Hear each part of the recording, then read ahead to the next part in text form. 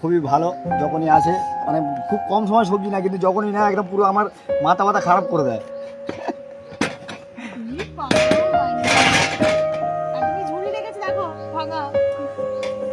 আচ্ছা 250। এবার ঠিক আছে, 4টে হলো, দাও এই 4টে হলো। আচ্ছা দাদার ওই আছে, নিয়ে নাও। আর এই হচ্ছে ছোট্ট আমার দিদি ভাই, বলো দাও। এই একজন আনতে এলো, মানে দাদা ভাই আর কি।